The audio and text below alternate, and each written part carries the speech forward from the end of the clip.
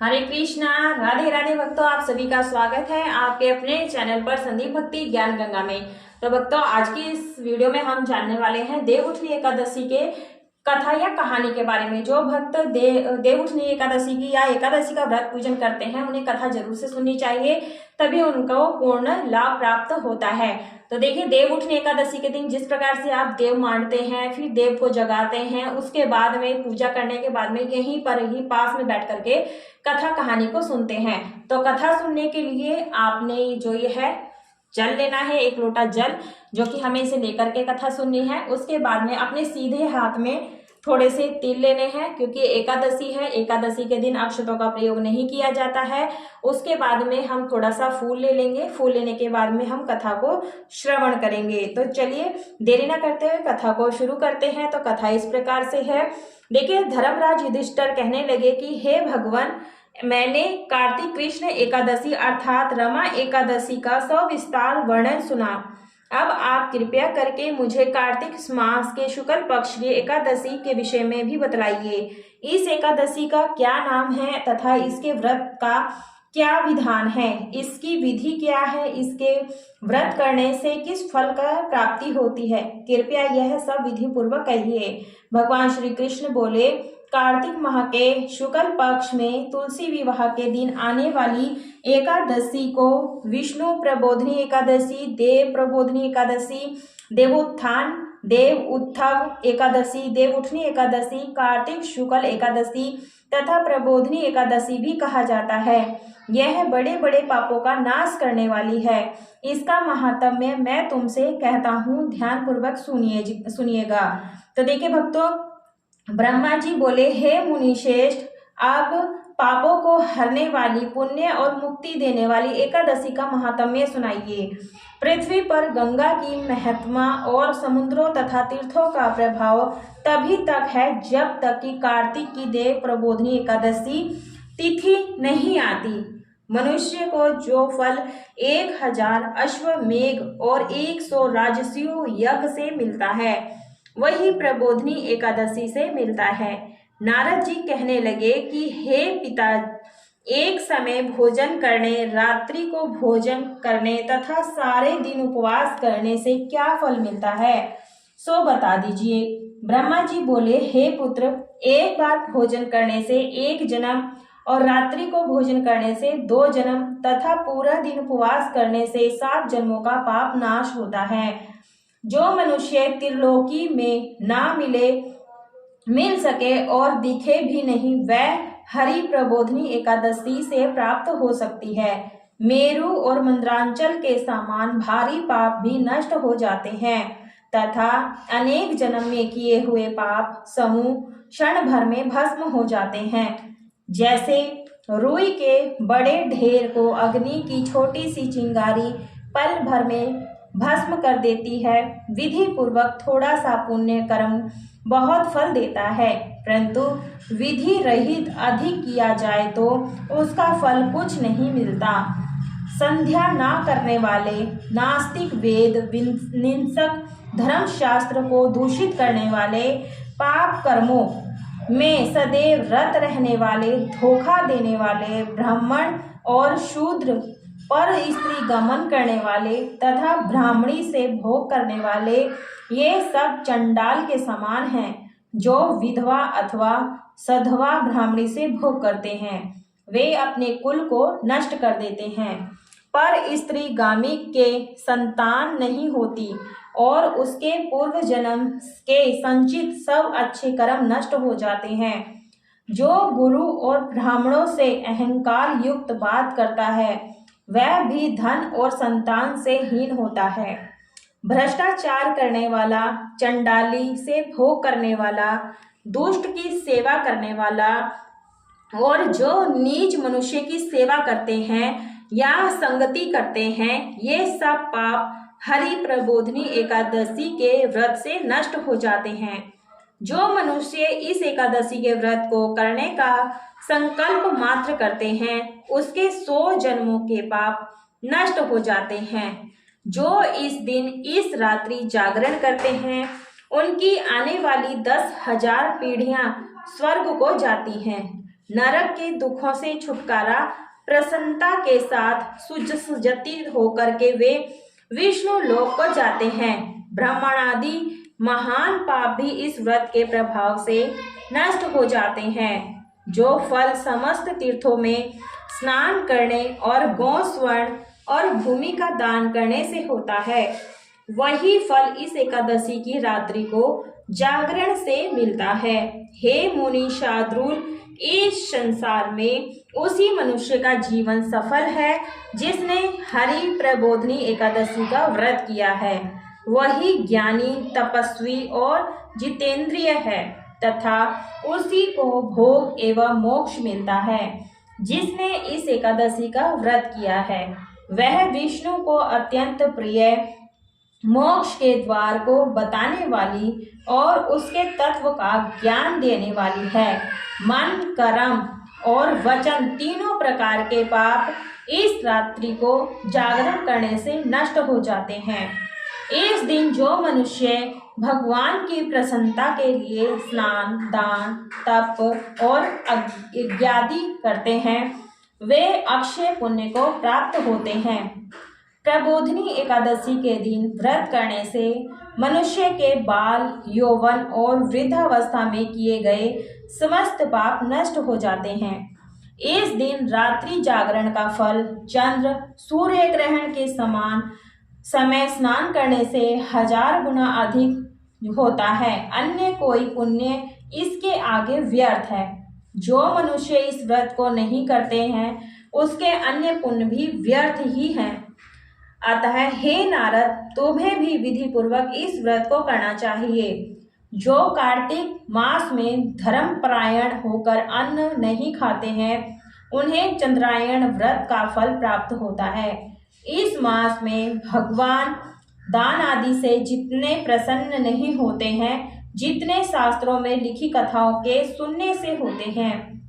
कार्तिक मास में जो भगवान विष्णु की कथा का एक या आधा श्लोक भी पढ़ते, सुनते या सुनाते हैं उनको भी 100 गायों के दान के बराबर फल मिलता है।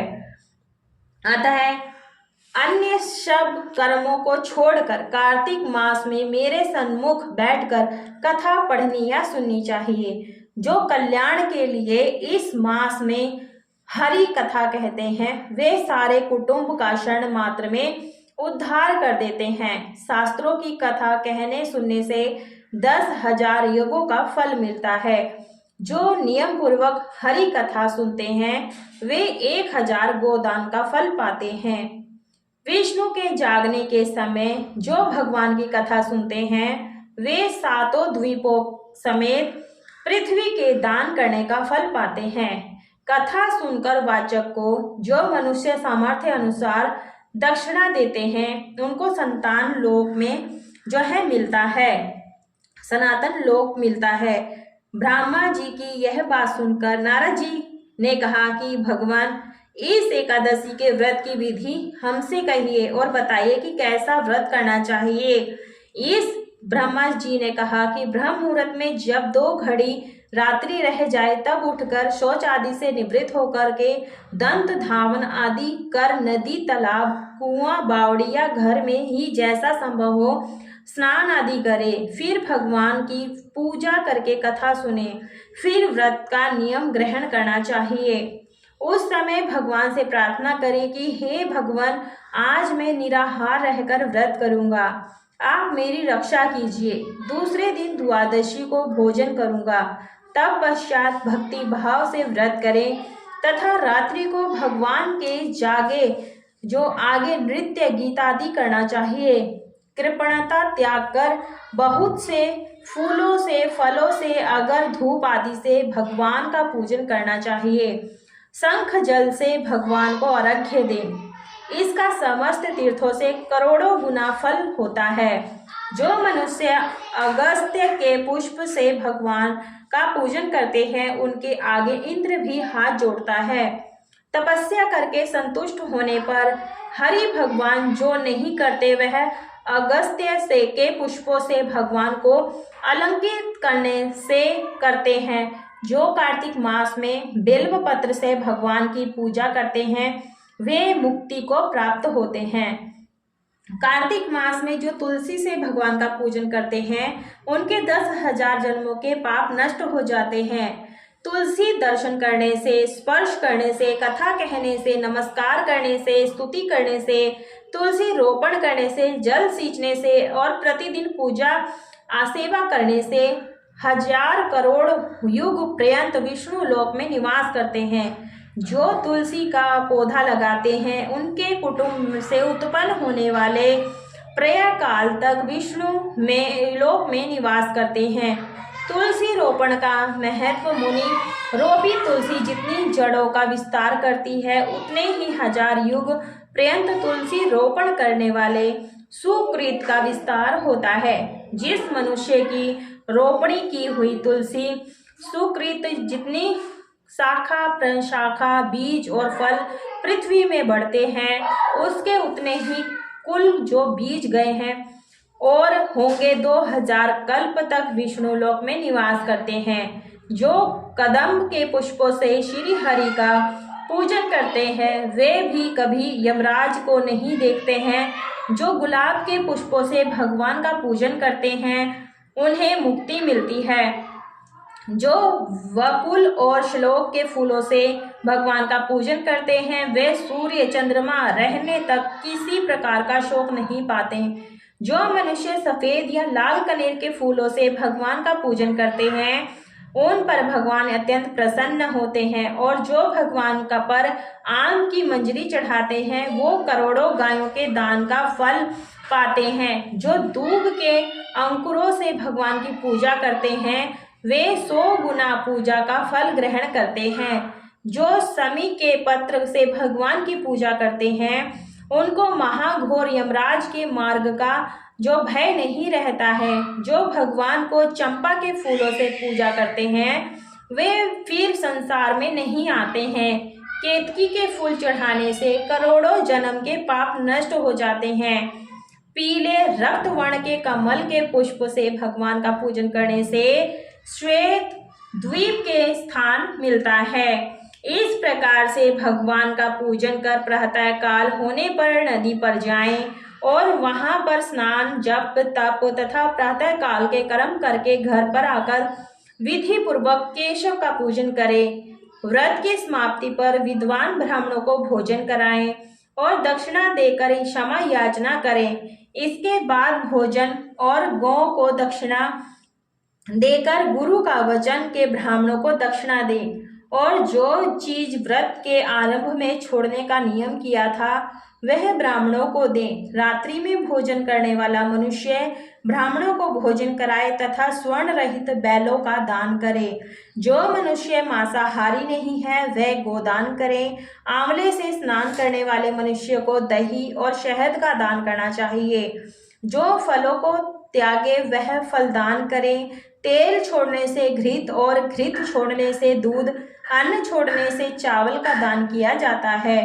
इसी प्रकार से जो मनुष्य भूमिष्यन का व्रत लेते हैं उन्हें शय्या दान करना चाहिए। साथ ही तुलसी सब सामग्री सहित देना चाहिए। पत्ते पर भोजन करने वाले को सोने का पत्ता घृत सहित देना चाहिए। मौन व्रत धारण करने वाले को ब्राह्मण और ब्राह्मणी को घृत तथा मिठाई का भोजन कराना चाहिए। बाल रखने वाले को दर्पण जूता, छोड़ने वाले को एक जोड़ा जूता, लवण त्यागने वाले को शक्करा, मंदिर में दीपक जलाने वाले को तथा नियम लेने वाले को व्रत की समाप्ति पर ताम्र तथा स्वर्ण के पात्र पर घृत और बत्ती रखकर विष्णु भक्त ब्राह्मण को दान देना चाहिए। एकांत में 8 कलश वस्त्र और स्वर्ण से अलंकृत करके दान करना चाहिए। यदि यह भी ना हो सके तो उनके अभाव में ब्राह्मणों को सत्कार सब व्रतों को सिद्ध करने वाला कहा गया है। इस प्रकार ब्राह्मणों को प्रणाम करके विदा करें। इसके पश्चात स्वयं भी भोजन करें। जिन वस्तुओं को चातुर्मास में छोड़ा हो उन वस्तुओं की समाप्ति करें अर्थात ग्रहण करने लग जाएं। हे राजन, जो बुद्धिमान इस प्रकार चातुर्मास व्रत निर्विघ्न समाप्त करते हैं वे कृति कृत्य हो जाते हैं और फिर उनका जन्म नहीं होता है। यदि व्रत भ्रष्ट हो जाए तो व्रत करने वाला कोढ़ी या अंधा हो जाता है। भगवान कृष्ण कहते हैं कि हे राजन, तुमने पूछा था वह सब मैंने बताया। इस कथा को पढ़ने और सुनने से गोदान का फल प्राप्त होता है। बोलिए विष्णु भगवान की जय, माता महालक्ष्मी की जय। तो देखिए, इसके बाद में हमें विनायक जी की भी कथा सुननी होती है। तो कथा का जो विनायक जी की वीडियो है वो अलग से मैं डाल दूंगी, लिंक आपको डिस्क्रिप्शन में मिल जाएगा। आप वहां से विनायक जी की कथा सुन सकते हैं।